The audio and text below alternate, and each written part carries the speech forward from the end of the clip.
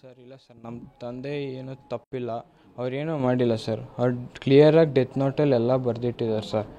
ಅವ್ರೇನು ಅಂಥ ಅವತ್ತಿಂದನೂ ಏನೂ ತೊಗೊಂಡಿಲ್ಲ ಸರ್. ಹಳೆ ಆಫೀಸಲ್ಲೂ ಏನೂ ತೊಗೊಂಡಿಲ್ಲ, ಈಗ ಹೊಸ ಆಫೀಸಲ್ಲೂ ಅವ್ರು ಏನೂ ತೊಗೊಂಡಿಲ್ಲ ಸರ್.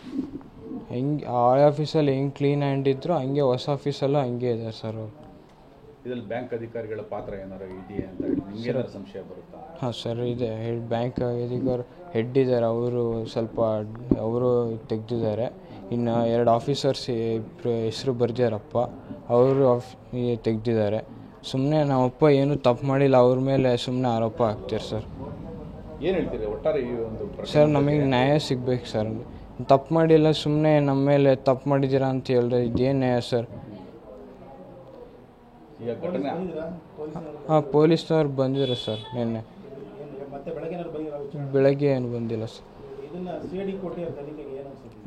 ಸರ್ ನಮಗೆ ನ್ಯಾಯ ಸಿಗ್ಬೇಕು ಸರ್. ತಪ್ಪೇನು ಮಾಡಿಲ್ಲ, ಸುಮ್ಮನೆ ಹಿಂಗೆ ನಮ್ಮ ಮೇಲೆ ಹಿಂಗೆ ಸುಳ್ಳು ಆರೋಪ ಮಾಡಿದ್ರೆ ಏನು ನ್ಯಾಯ ಸರ್?